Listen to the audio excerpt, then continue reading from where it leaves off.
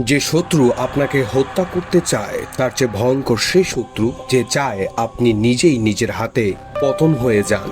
আর মানুষের ইতিহাসে এমন এক অদৃশ্য প্রতিপক্ষের কথা বারবার এসেছে, যাকে আমরা চিনি শয়তান নামে। কিন্তু শয়তান আসলে কিভাবে মানুষকে বিভ্রান্ত করে?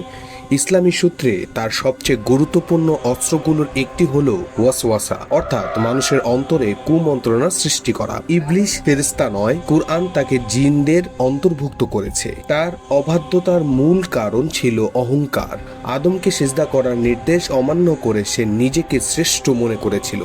শয়তান মানুষকে জোর করে পাপ করাতে পারে না, পাপকে আকর্ষণীয় করে তোলে এবং মিথ্যা আশ্বাস দেয়। কুরআন আমাদের শয়তানের কুমন্ত্রণা থেকে আল্লাহর আশ্রয় চাইতে শিক্ষা দিয়েছে। তাহলে প্রশ্ন হলো, মানুষের এই অদৃশ্য শত্রুর ইতিহাস, কৌশল এবং প্রভাব নিয়ে আমরা আসলে কতটুকু জানি? সেই অজানা ও রহস্যময় জগৎকে কেন্দ্র করেই বইপিয়ন প্রকাশনী থেকে প্রকাশিত হয়েছে হাজার বছরের অব্যক্ত শয়তানের গল্প। বইটি সংগ্রহ করতে এখনই ভিজিট করুন www.boipion.com অথবা স্ক্রিনে দেয়া নাম্বারে সরাসরি কল করুন।